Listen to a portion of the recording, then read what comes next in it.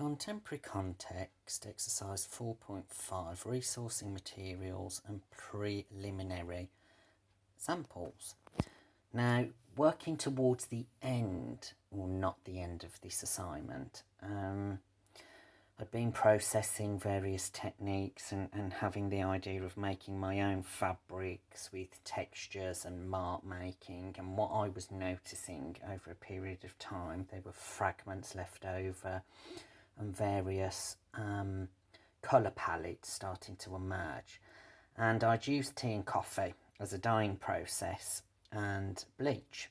So what I was discovering was, at this point, I just wanted to put some preliminary samples together that could kind of tie in what I was using. And this was just not a coincidence, but an idea that just popped out. It had originally been a little bit of an idea with the pocket on a shirt, and I thought at some point I might use pockets of memories and so forth. Well, here I've reused my tea bags, and I've been able to, they were already dyed, obviously, because I'd added the water, so they've become pre-dyed. And then I've, as you can see, used bleach and I've used ink. And then, because the way that I've opened these tea bags, they've become little pockets. So then what I've started to think about are little messages of memories, the past and the present, using some of the fragments of paper that have been left over. So these were some first initial samples.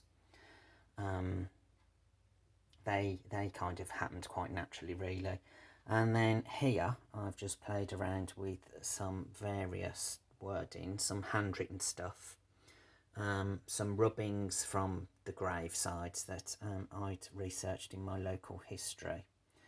And as you can see, there are various stages. There's obviously a tea bag that's just plain, just building up some of the ideas, then experimenting with the bleach, see how this would react.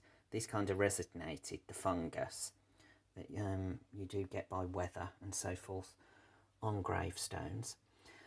And then here, as I've built up these samples, preliminary samples, I've kind of gone back to some initial ideas of using the bleach on the traditional ink blotted paper, but by using the ink you can actually see that the wording goes back to some of my ideas on ghosts of the past and present, and words. So this looks as though it could be an interesting route to follow.